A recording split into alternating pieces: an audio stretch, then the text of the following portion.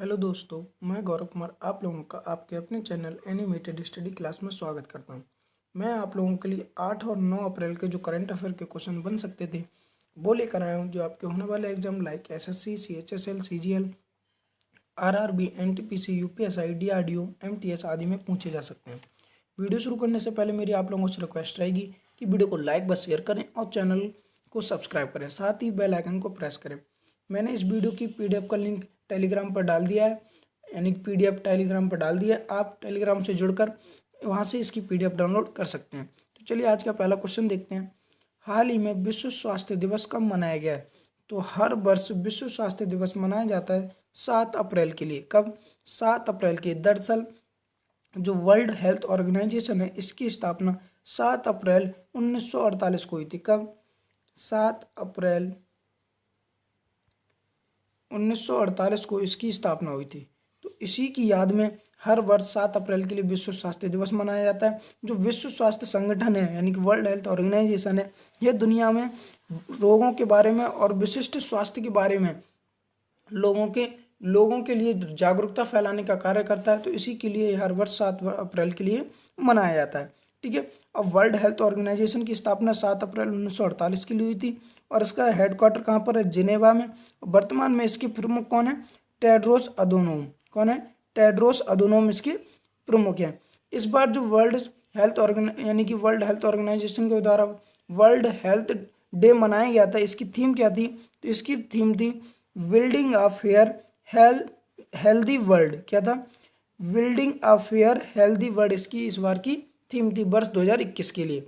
उम्मीद आप लोग क्वेश्चन समझ गए होंगे। आगे बढ़ते हैं। हाल ही में जारी फोर्ब्स की सूची के अनुसार दुनिया के सबसे अमीर व्यक्ति कौन बने हैं?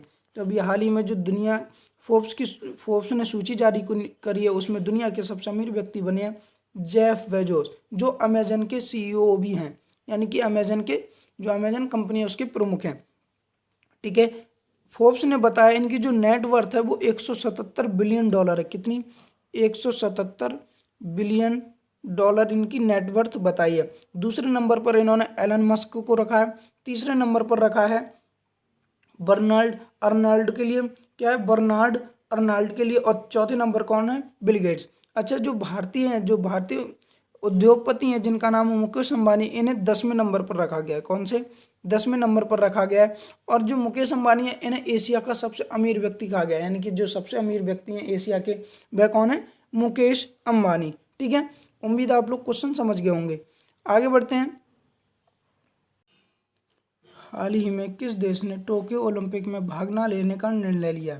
तो इसका आंसर है उत्तर कोरिया ने जो टोक्यो ओलंपिक होने वाले हैं इसमें भाग न लेने का निर्णय लिया। अब यह निर्णय क्यों लिया? तो इन्होंने कारण दिया है जो कोरोना महामारी का बढ़ता प्रभाव है, इसको देखते हुए हम जो टोक्यो ओलंपिक होने वाले हैं उसमें भाग ना लेंगे।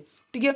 यह पहला मौका 1948 के बाद जो शीत युद्ध हुआ था उत्तर कोरिया और दक्षिण कोरिया में, उसके बाद यह पहला मौका है जब उत्तर कोरिया ने ओलंपिक में भाग नहीं लिया है। ठीक है। उम्मीद आप लोग अच्छे से क्वेश्चन समझ पा रहे होंगे।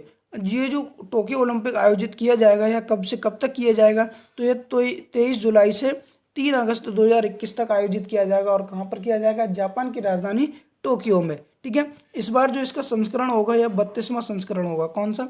32वां संस्करण होगा। अब उत्तर कोरिया के द्वारा भाग न लेने का निर्णय लिया गया, तो उत्तर कोरिया को मैप में देखते हैं। ये वाला जो येलो पार्ट दिख रहा है यही उत्तर कोरिया है। क्या है? उत्तर कोरिया। ठीक है। इसकी राजधानी क्या है? पैंगयोंग। क्या है? पैंगयोंग इसकी राजधानी है। ठीक है। बात करते हैं यहाँ की करेंसी की, तो यहाँ की करेंसी क्या है? यानी कि नॉर्थ कोरियाई वॉन। क्या है? नॉर्थ कोरियाई वॉन। और यहाँ के तानाशाह कौन है? Kim Jong Un. ठीक है। उत्तर कोरिया और साउथ कोरिया के बीच जो डिवाइडेड लाइन है उसे क्या कहते हैं? 38 पैरेलल। क्या कहते हैं? 38 पैरेलल डिवाइडेड लाइन है। आगे बढ़ते हैं। हाल ही में भारत का 48वां मुख्य न्यायाधीश किसे नियुक्त किया गया है? तो अभी हाल ही में जो NV रमन्ना है इन्हें भारत का जो सुप्रीम कोर्ट है उसका 48वां मुख्य न्यायाधीश नियुक्त किया गया है। ठीक है। ये तो 48 में, ये 47 में, यानी कि S A बोबडे। और ये जो रंजन गोगोई हैं ये कौन से हैं? ये 46 में मुख्य न्यायाधीश थे। ठीक है। उम्मीद आप लोग कुछ अच्छे से क्वेश्चन समझ पा रहे होंगे। आप इमेज में देख सकते हैं जो दिख रहे हैं यही एन.वी. रमन्ना है। कौन है? एन.वी. रमन्ना। आगे बढ़ते हैं। हाल ही में भारत का पहला पूर्ण विद्युतीकृत रेलवे जोन कौन सा बना है? तो अभी हाल ही में जो भारत का पहला पूर्ण विद्युतीकृत रेलवे जोन बना है वह है पश्चिमी मध्य रेलवे। कौन सा? पश्चिमी मध्य रेलवे बना है। हाल ही में फीफा ने किस देश के फुटबॉल महासंघ पर प्रतिबंध लगाया है? तो अभी हाल ही में जो फीफा है इसने पाकिस्तान फुटबॉल महासंघ पर, किस पे? पाकिस्तान फुटबॉल महासंघ पर प्रतिबंध लगाया है। अब फीफा ने लगाया है तो फीफा की बात करते हैं। इसकी फुल फॉर्म क्या है? Federation international D football association. क्या है? Federation international D football association. इसकी स्थापना कब हुई? इसकी स्थापना हुई 21 मई 1904 के लिए। कब? 21 मई 1904 के लिए इसकी स्थापना हुई। और इसका हेडक्वार्टर कहाँ पर है? ज्यूरिच स्विट्जरलैंड में। कहाँ पर है? ज्यूरिच स्विट्जरलैंड में। और इसके प्रेसिडेंट कौन है फीफा के? तो इसके प्रेसिडेंट है जियानी इन्फेंटिनो। क्या है? कौन है? जियानी इन्फेंटिनो इसके प्रमुख है। अब पाकिस्तान पे लगाया है तो पाकिस्तान को मैप में देखते हैं। ये वाला जो पार्ट दिख रहा है जिसे मैंने लाइनिंग किया है यही पाकिस्तान है। बात करते हैं पाकिस्तान की। इसकी कैपिटल क्या है? इस्लामाबाद। और इसके प्रधानमंत्री कौन है? इमरान खान। और करेंसी क्या है? पाकिस्तानी रुपया। आगे बढ़ते हैं। हाल ही में आरबीआई ने चालू वित्त वर्ष के लिए भारतीय अर्थव्यवस्था में कितने प्रतिशत वृद्धि का अनुमान लगाया है? तो आरबीआई ने यानी कि रिजर्व बैंक ऑफ इंडिया ने चालू वित्त वर्ष के लिए भारतीय अर्थव्यवस्था में 10.5% वृद्धि का अनुमान लगाया है। जो और प्रतिशत वृद्धि दी गई है ये 12.5 किसकी थी? IMF की। ठीक है। और 11% S&P ग्लोबल रेटिंग से है जो उसने दी थी 11% वृद्धि का अनुमान लगाया था। आगे बढ़ते हैं। हाल ही में टोक्यो ओलंपिक में क्वालिफाई करने वाली पहली भारतीय महिला नाविक कौन बनी है? तो अभी हाल ही में जो टोक्यो ओलंपिक है इसमें क्वालिफाई करने वाली पहली भारतीय महिला नाविक बनी है नेत्रा कुमारन। कौन बनी है?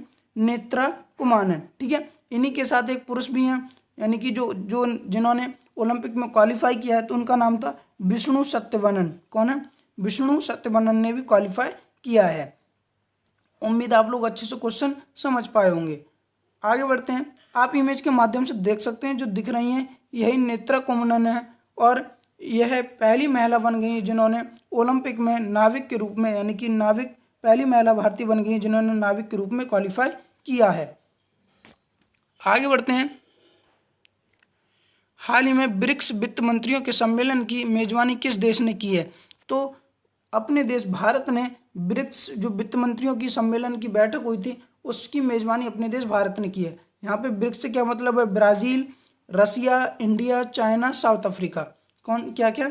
ब्राजील, रसिया, इंडिया, चाइना, साउथ अफ्रीका इसकी यहाँ पे फुल फॉर्म है। आगे बढ़ते हैं।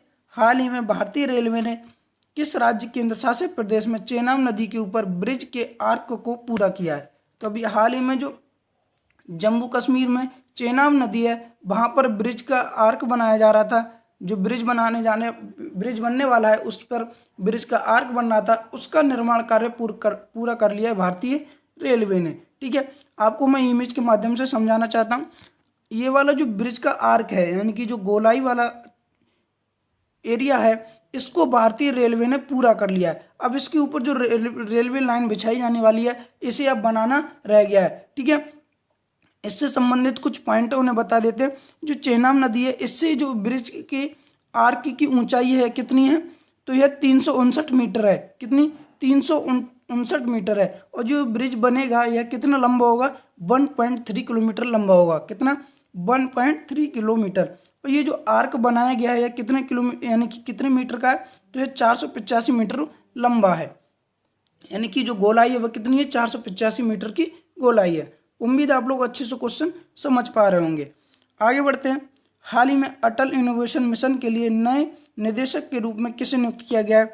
तो अटल इनोवेशन मिशन के नए मिशन निदेशक बने हैं चिंतन वैष्णव। कौन बने हैं? चिंतन वैष्णव। आगे बढ़ते हैं। आप इमेज के माध्यम से देख सकते हैं जो दिख रहे हैं यही अटल इनोवेशन मिशन के नए निदेशक बने हैं।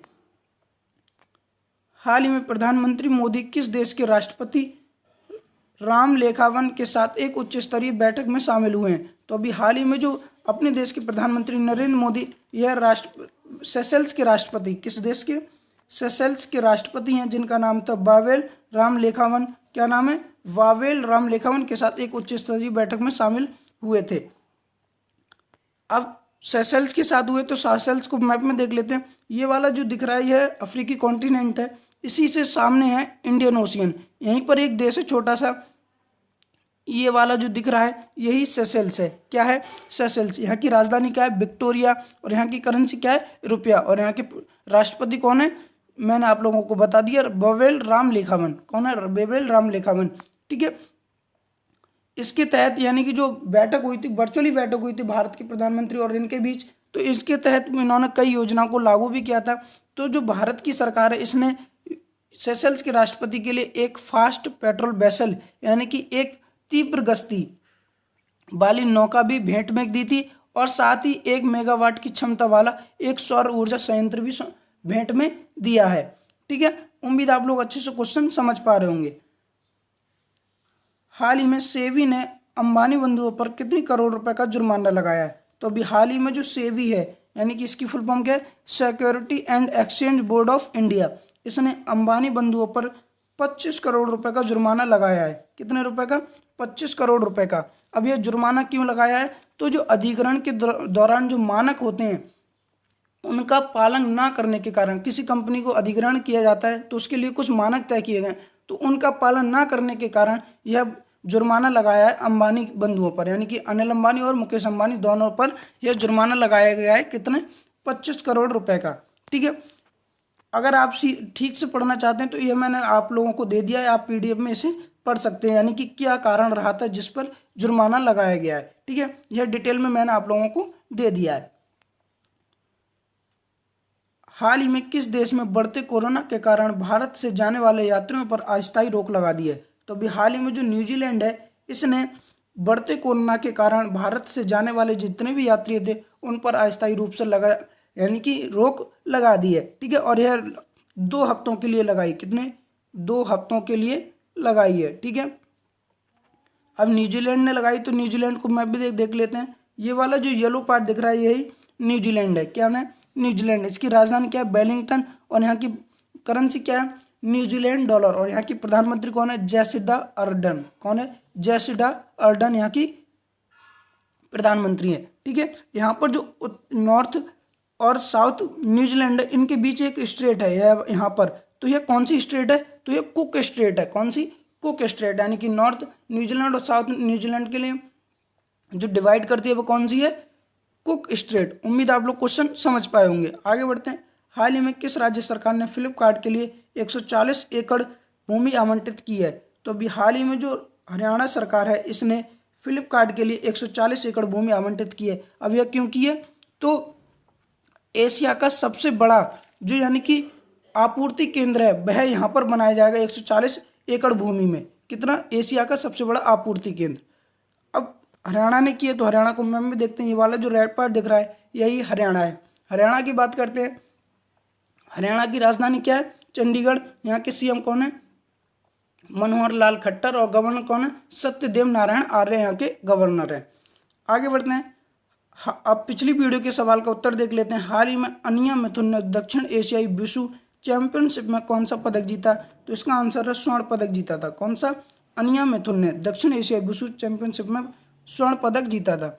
अब आज का सवाल देख लेते हैं। हाल ही में टोक्यो ओलंपिक में क्वालिफाई करने वाली पहली भारतीय महिला नाविक कौन बनी है? तो इसका आंसर आप लोग मुझे कमेंट बॉक्स में दे सकते हैं। मेरा आप लोगों से एक बार फिर से निवेदन रहेगा कि वीडियो को लाइक व शेयर करें और चैनल को सब्सक्राइब करें।